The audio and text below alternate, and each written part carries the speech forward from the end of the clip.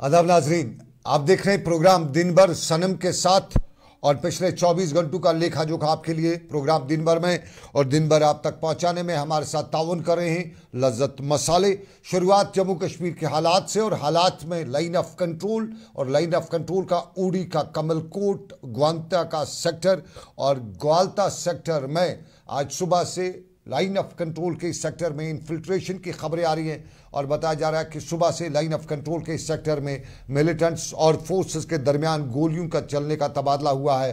हमारे पास खबरें हैं और मुसद्दका ज़रा यही बता रहे हैं कि फोर्सेस को लाइन ऑफ कंट्रोल पर इनपुट्स में लेके इन्फिल्ट्रेशन हो रही है, जिसके बाद इलाके का कॉर्डन किया गया, सर्च ऑपरेशन शुरू किया गया और इस दौरान सुबह से ही लाइन ऑफ कंट्रोल पर इन्फिल्ट्रेट हो रहे मिलिटेंट्स और फोर्सेस के दरमियान गोलियों का तबादला हुआ।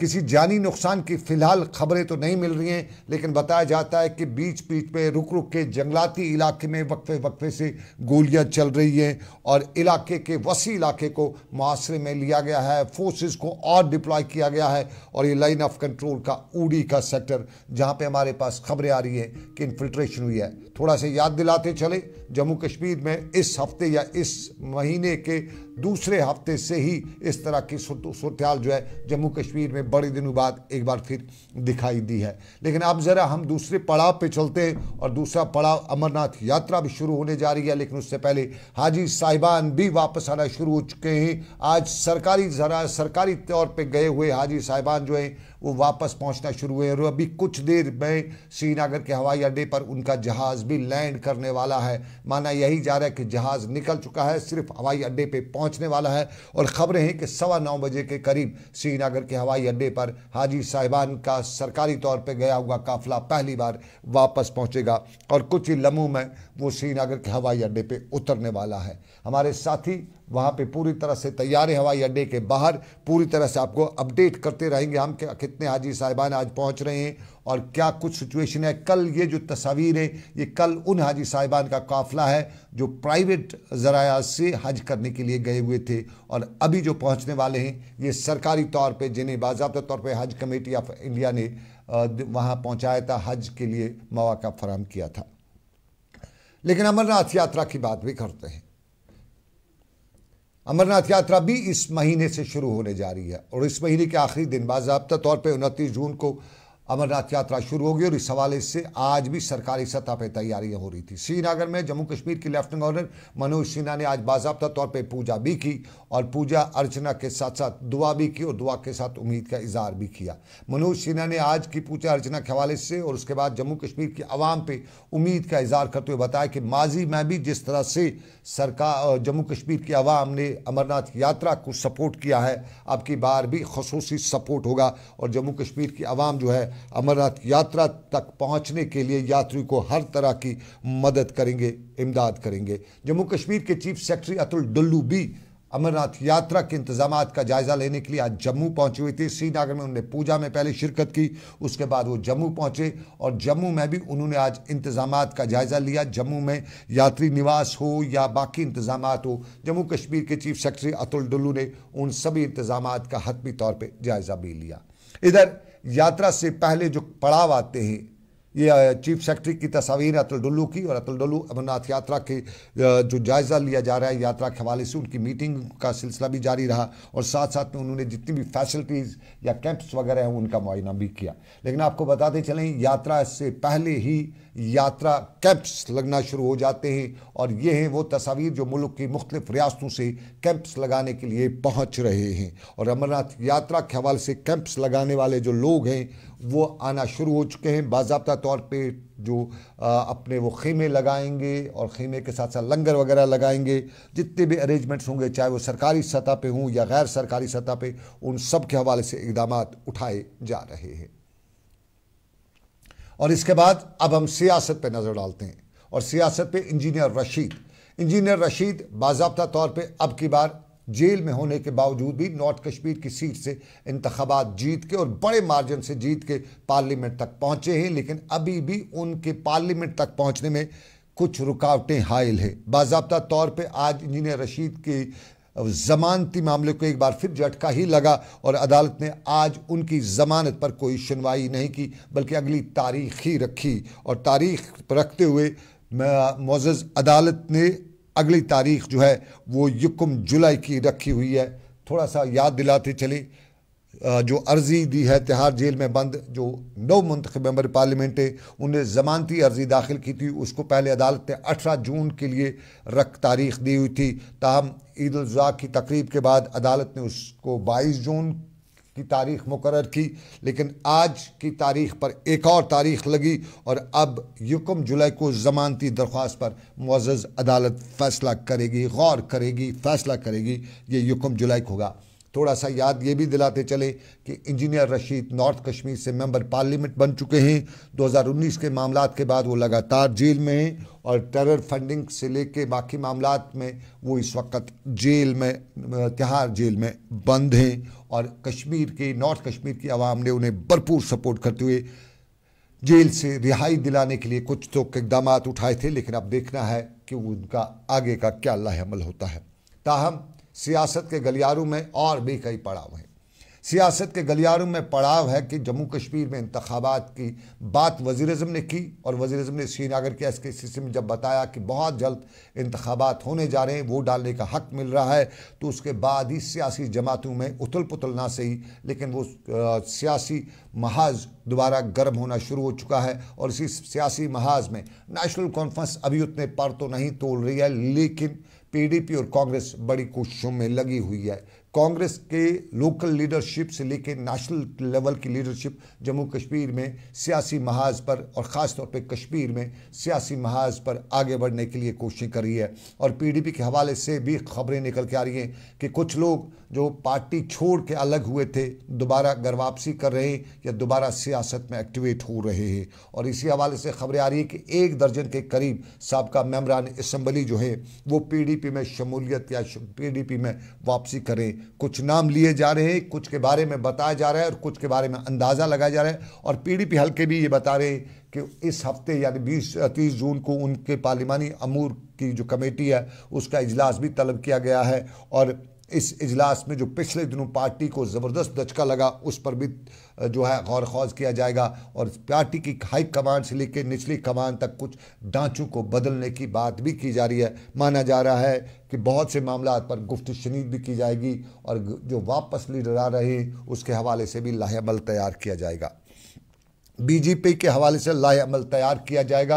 और कुछ खबरें निकल के यही आ रही हैं कि अगले 2-3 दिन काफ़ी अहमियत के मिले और बहुत से लोग जो हैं वो PDP में वापस एंट्री मार रहे हैं। और ये BJP की तस्वीर, BJP के ये जम्मू कश्मीर के मेंबर पार्लियामेंट हैं और ये है रियासती सदर।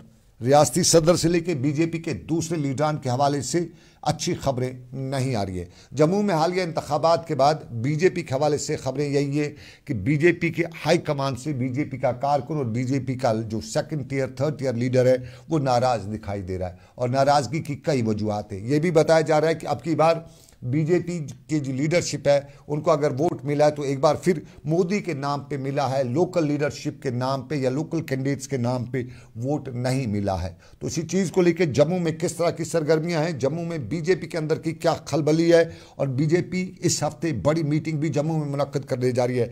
सीधा जम्मू का रुख करेंगे, अमित कुमार हमारे साथी जम्मू में हैं, उनके साथ रब्ता कायम करेंगे और उनसे जानने की कोशिश करेंगे कि क्या कुछ है BJP के अंदर, क्या है सूरत-ए-हाल BJP में। तो अमित कुमार, अमित जी बहुत बहुत शुक्रिया, बहुत बहुत धन्यवाद, नवाजिश करम, मेहरबानी। तो ज़रा बताइए BJP पे मेहरबानी क्या चल रही है? कहते हैं मेहरबानी नहीं है, ना मेहरबानी है इस वक्त। क्या कुछ है जम्मू में BJP के अंदर की खबरें?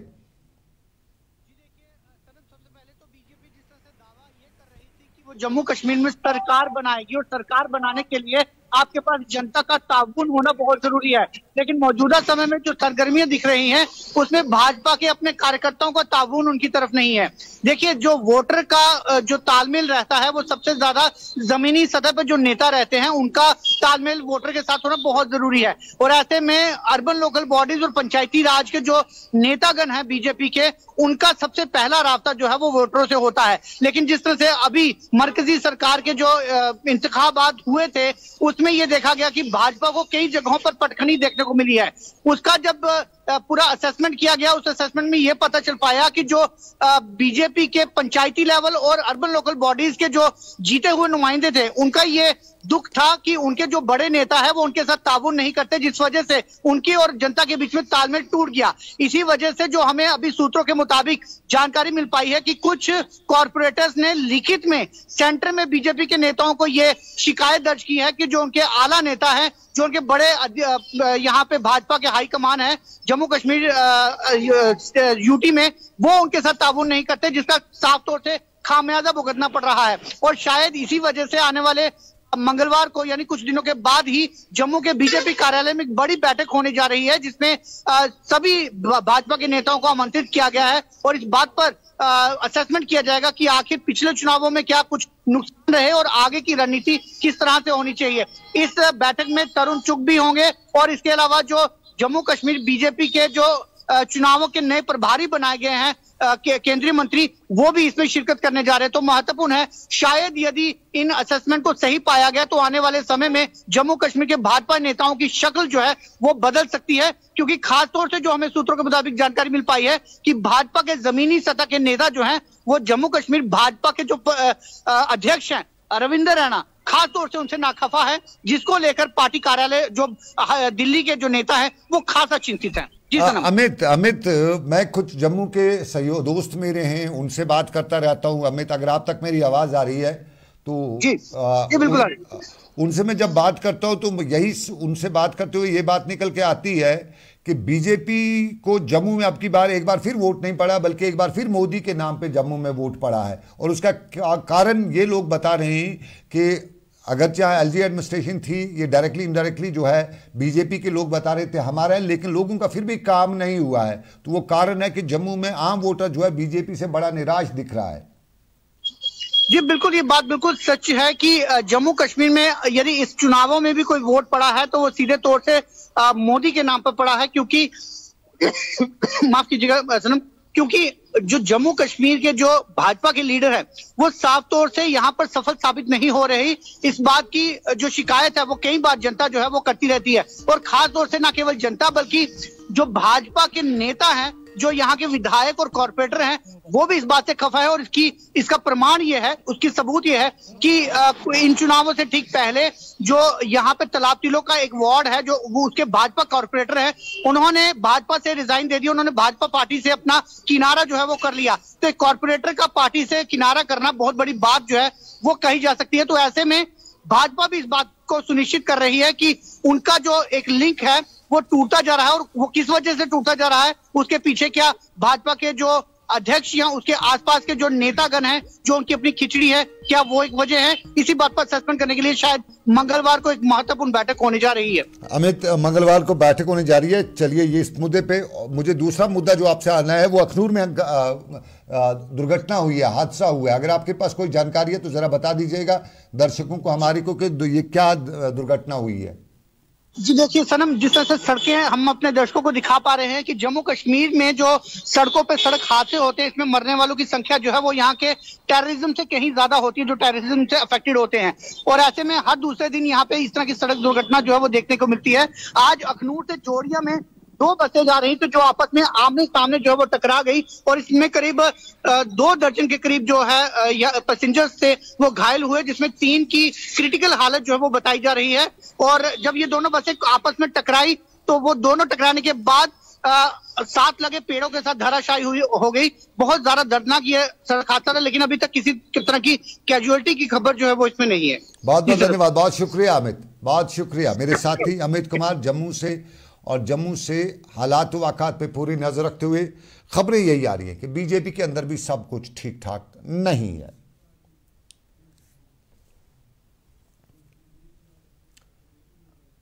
और नाजरीन, दिन भर में आपको बताते चलें कि सब कुछ ठीक ठाक बीजेपी में भी नहीं है। सड़कों पर भी अमित ने बता दिया कि जम्मू के अखनूर में हादसा हुआ, बस से बस टकराई और इस टकराने के नतीजे में 2 दर्जन के करीब लोग जख्मी भी हुए। लेकिन जम्मू श्रीनगर कौमी फायर, ये तस्वीरें बस से बस टकराने का और उसके बाद दूसरी पेड़ पौधों से टकराने का। सूरत हाल जम्मू की है, लेकिन इधर जम्मू श्रीनगर कौमी शाहराह पर भी हादसा पेश आया है और जम्मू से श्रीनगर आ रही ITBP की एक गाड़ी को आज सड़क से जो लुढ़क गई और वो फिर नीचे खाई में जा गिरी, जिससे 4 अफराद ज़ख्मी हुए और ये जो है ये बानिहाल के नज़दीक हादसा पेश आया है।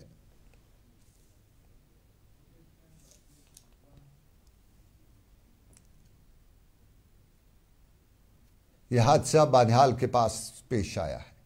लेकिन आपको अब हम बडगाम के हादसा नहीं कहेंगे, हम इसे कहेंगे कि बिस्मिल्लाह हुआ है। हमें मंशियात फरोशों का एक नया रुख अब सामने आ ही चुका है, जिसके लिए हम बार बार बता रहे थे कि ये मंशियात जो हैं हमारे मुआशरे में जो नासूर फैल रहा है उसमें कहीं न कहीं ये बहुत बड़ी चोट लगाने वाले हैं। तो बडगाम में मंशियात फरोश या मंशियात के आदी, मंशियात फरोश नहीं बल्कि मंशियात के आदी, उसका ये कारनामा जो है ये सबके सामने है। ये वाक़ा कल शाम को पेश आता है और कल शाम को यहाँ पे बिस्मिल्लाह मेडिकल स्टोर नामी एक मेडिकल शॉप पर बताया जाता है कि एक नौजवान आता है, उससे ऐसी दवाई उस मेडिकल स्टोर से मांगता है जो शायद मंशियात के ज़ुमरे में आती है। मेडिकल शॉप ओनर के मुताबिक उसने ये दवाई उससे देने से इनकार कर दिया। उस दौरान उसने उस मंशियात के आदी नौजवान ने उसके साथ बदतमीज़ी की, हल्ला गुल्ला किया। बात पुलिस तक पहुंची। पुलिस ने इस नौजवान को बुलाया, समझाया और इस तरह की हरकतें ना करने की बात भी की। बात शायद कल शाम को ख़त्म हो ही गई होती, लेकिन सुबह सुबह एक और दिलदोज़ वाक़ा आया कि उसी दुकान में आग लगी। अब अंदाज़ा यही किया जाता है कि ये उसी मंशियात के आदी नौजवान ने की, जिसको कल मंशियात नहीं मिली, उसने आज ये वारदात अंजाम दे दी। बडगाम में हमारे साथी मंजूर अहमद हैं, हम सीधा उनके पास रुख करते हैं, असल हकीकत उनसे जानने की कोशिश करेंगे कि बडगाम में इस वाक़े के बाद क्या कुछ सूरत हाल है। मंजूर, बहुत बहुत शुक्रिया। ज़रा बताइए क्या कुछ सूरत हाल है बडगाम में, दुकान कहाँ पे थी, कल का वाक़ा क्या हुआ? वाकई में जिस तरह बताया जाता है कि ये मंशियात का आदी नौजवान है, ड्रग पेडलर, ड्रग एडिक्ट है, ये दुकान पे गया, इसने दवाइयाँ मांगी, जिसने नारकोटिक्स में के ज़ुमरे में जो दवाइयाँ आती हैं वो मांगी, इसको दुकानदार ने नहीं दी। उसके बाद हल्ला गुल्ला हुआ, पुलिस ले गई, पुलिस ने फिर मोहल्ले के गांव के दूसरे लोगों के कहने पे उस नौजवान को छोड़ दिया, लेकिन सुबह दुकान में आग लगी। अब दुकानदार या दूसरे लोग कहते हैं कि उसी ने आग लगी। क्या वाकई में पुलिस क्या कहती है इस हवाले से? जी सनम, जैसे आपने कहा बिल्कुल सही फरमाया। कल शाम को ही ये बात जो है वो खत्म हुई होती अगर आज सुबह ये इन्फॉर्मेशन नहीं मिलती। जैसे कि वारदात पे हम पहुंचे वहां पे, तो शॉपकीपर के हवाले से उन्होंने यही कहा कि कल शाम को ये एक बंदा यहाँ पे आया, उन्होंने मेडिकल स्टोर वाले से वहाँ पे दवाई मांगी, जो कि वो एज पर मेडिकल शॉप वाले के अलाउड ही नहीं है विदाउट प्रेस्क्रिप्शन ऐसी दवाइयाँ देना। तो उन्होंने इनकारा, उसकी वजह से हल्ला गुल्ला हुआ और कल शाम के बाद पुलिस ने उनको हिरासत में भी लिया था, लेकिन बाद में नॉन बेलेबल ऑफेंस के तहत उनको वापस भी छोड़ दिया गया था थोड़ी सी हिदायत देने के बाद। लेकिन फिर जब सुबह ये वाक़ा पेश आया, हम वहां पे गए, हमने बात की, तो उन्होंने कहा कि हालांकि शॉपकीपर का ये कहना है, जो कि अभी तक कोई ऑफिशियल स्टेटमेंट इस रिलेटेड अभी भी नहीं आया है, उनका कहना है कि उन्होंने जो भी उनके पास डिटेल CCTV फुटेज वगैरह है वो पुलिस कर्मियों के हवाले कर दिया है। मैंने SSP साहब से दिन में बात की, SSP बडगाम साहब से उनसे बात की दिन में, तो उन्होंने कहा कि अभी तक तो ठोस सबूत हमारे पास नहीं है, लेकिन इन्वेस्टिगेशन इसमें जारी है और जैसे ही वो इन्वेस्टिगेशन कंप्लीट करते हैं तो वहां से वो ऑफिशियल स्टेटमेंट जो है वो रिलीज कर देंगे। फिलहाल जो एज पर द शॉपकीपर और एज पर लोकल्स आशंका यही जताई जा रही है कि एलिगेशन ही फिलहाल है, क्योंकि कोई ठोस अभी तक स्टेटमेंट नहीं आया, सबूत नहीं है। लेकिन एक चीज बताइए, क्या इस नौजवान के रिश्तेदार, दोस्त, अहबाब, उनसे आपसे किसी की बात हुई या दुकानदार से आपकी पर्सनली बात हुई? कोई कुछ बताता है कि वाकई में वो मंशियात का आदी है या इल्ज़ाम है? क्योंकि बहुत से लोग हमारे यहाँ इस तरह के किसी को भी वो तोहमत लगाना आदत से हो गई हमारे यहाँ, तो इस चीज़ पे भी ध्यान रखने की ज़रूरत है। क्या कोई तोहमत वगैरह है या आसपास में और भी कोई विटनेस है, गवाही है कि ये मंशियात का आदी है? जी सनम, जैसे कि हमने लोकल से यहाँ पे बडगाम में बात की, तो सबका मैक्सिमम 3-4 लोगों से हमने बात की ऑन फील्ड वहाँ पे, जो लोकल से टाउन के, उन्होंने क्लियरली कहा कि बिल्कुल ये इससे पहले भी कुछ ऐसे वारदात पेश आए हैं, लेकिन जैसे कि मैंने कहा कि अभी ऑफिशियल स्टेटमेंट नहीं आया। जैसे ही ऑफिशियल स्टेटमेंट आएगा तो ये क्लियर हो जाएगा। ऑफिशियल स्टेटमेंट आएगा, सब लोग जान जाएंगे। बहुत बहुत शुक्रिया हमारी नाजरीन तक ये वाक़ा पहुँचाने का। आपको बताते चलें कि हमारे मुआशरे का सबसे तलख पहलू है।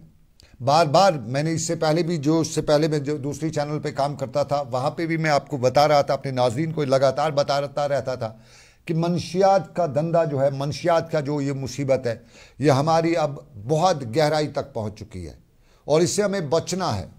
अभी हमने जो नतीजा देखा ये इस तरह के नतीजे हैं, क्योंकि मंशियात फरोश जो होता है, माफ़ कीजिएगा, जो मंशियात का आदी जो होता है उसको अपने होश हवास होते ही नहीं है, वो अपने होश हवास में होता ही नहीं है। अगर वो होश हवास में होता तो फिर उसको मालूम पड़ ही जाता कि मंशियात का क्या बुरा असर है, फिर वो मंशियात इस्तेमाल ही नहीं करता। तो जो आदमी होश हवास में ना हो उसे गिला ही क्या, वो मजनू है, दीवाना है, पागल है, जो भी है वो इस ज़ुमरे में है। लेकिन मुआशरे के सब लोग मजनू तो है नहीं। तो हमारी ज़िम्मेदारी है कि इस तरह के लोग अगर आपके आसपास कहीं पाए जाते हैं तो हमें ज़रूर पुलिस को, हमें ज़रूर कंसर्न अथॉरिटीज़ को उनके बारे में बताना चाहिए, ताकि वक्त पे, क्योंकि इनका इलाज हो सकता है। मंशियात के जो आदी लोग हैं उनका इलाज हो सकता है, सिर्फ जो मंशियात फरोश हैं उनका इलाज नहीं हो सकता है। तो इनका इलाज कानूनी होना चाहिए, थोड़ा सा सख्त कानून होना चाहिए। हमारे यहाँ कानून में बहुत लोचा है अभी भी। मुझे खुद भी याद है, या मैं कई लोग, मेरे पास कई लोगों की एविडेंस है मेरे पास जिन्हें मंशियात समेत पकड़ा गया। बाज़ाब्ता तौर पे पुलिस ने उसमें बाज़ाब्ता तौर पे स्टेटमेंट जारी किए, लेकिन 1 साल 2 साल के बाद हमारे कानून के जो लूप होल्स हैं उनका इस्तेमाल करते हुए वकला ने उनकी ज़मानतें कराई। वो गिरगरू में आज बैठे, आज उन्होंने मंशियात से पैसा कमाया तो आज ज़ी-इज़्ज़त शहरी बने हुए हैं। कुछ लोग मंशियात के जो फरोश हैं वो मस्जिदों की पहली सौफ में नमाज में होते हैं, और कई बार जो मस्जिद के लिए जो वहाँ पे मैटिंग वगैरह होती है वो भी दान दे देते हैं और बड़ा कार्य सवाब कर जाते हैं। लेकिन असल में वो पैसे जिससे वो आता है वो दूसरों के कत्ल करने के बाद ही वो पैसा होता है। तो इस पर हमें थोड़ा सा एज ए सोसाइटी खड़ा होना चाहिए, बताना चाहिए ऐसे लोगों को, कहीं न कहीं उनके खिलाफ हमें एक मार्का खड़ा करना चाहिए। हम जम्मू कश्मीर पुलिस से पूरी तरह से उम्मीद लगाए बैठे हैं, क्योंकि जम्मू कश्मीर पुलिस जम्मू कश्मीर की है, बराह रास्त हर शख्स के साथ जुड़ी है। तो हर शख्स के साथ जब जुड़ी होगी तो जम्मू कश्मीर पुलिस के बच्चे भी खुद इस मंशियात की लत में फंस सकते हैं। तो हर किसी की जिम्मेदारी है कि अगर उसके हाथ में कहीं न कहीं थोड़ी सी ताकत है, कोई वसीला है, तो इन मंशियात के ख़िलाफ़ वो काम करे। लेकिन एक और काम पे भी हम बात करेंगे।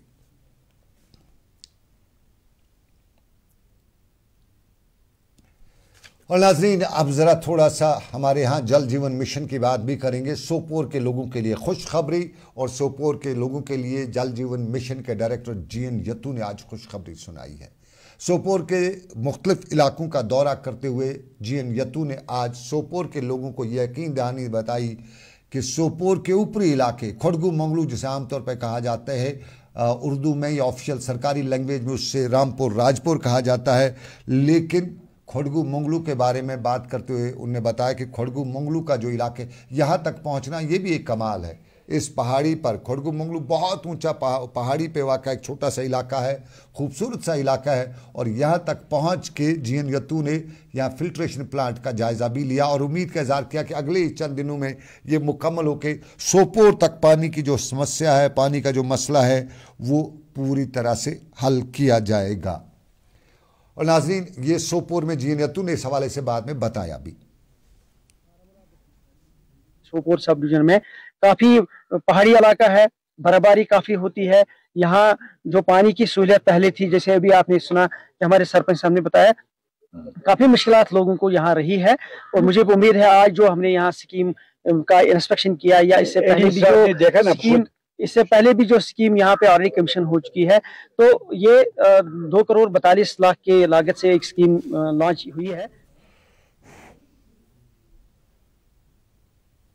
आप देख रहे हैं प्रोग्राम दिन भर सनम के साथ। रात के 9:20 हो चुके हैं। छोटा सा कमर्शियल ब्रेक मुझे लेना पड़ेगा, ब्रेक के बाद वापस आएंगे।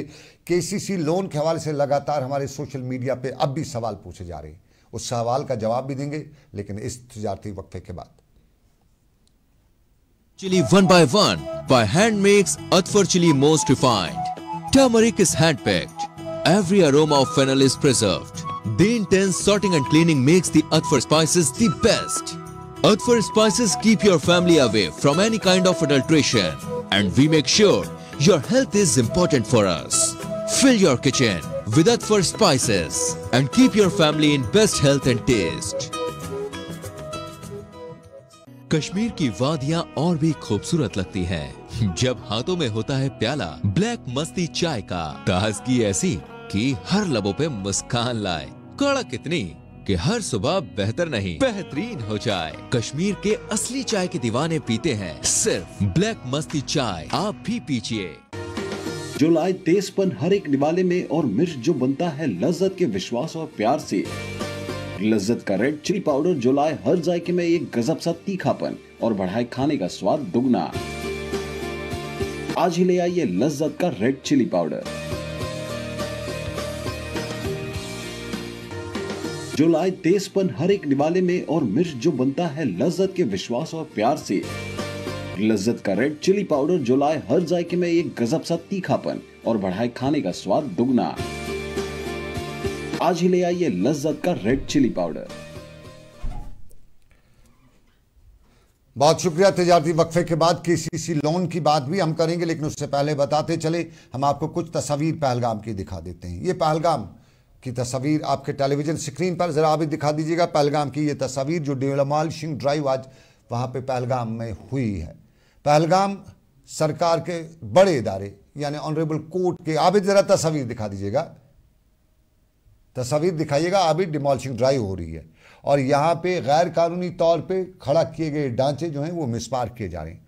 पहलगाम में बाज़ाब्ता तौर पे ऑनरेबल कोर्ट की तरफ से डायरेक्शन है कि यहाँ पे ये जो बगैर परमिशन के कोई ढांचा खड़ा नहीं होगा, लेकिन ढांचे बन जाते हैं। आज ये डिमोलिशिंग ड्राइव के दौरान कई ढांचे, आप ज़रा ये अंदाज़ा कीजिएगा, ये ऑनरेबल कोर्ट के हुक्म की अदूली है, किसी और की अदूली हम नहीं कहेंगे। ये ढांचे जब बने वहाँ की एडमिनिस्ट्रेशन कहाँ थी?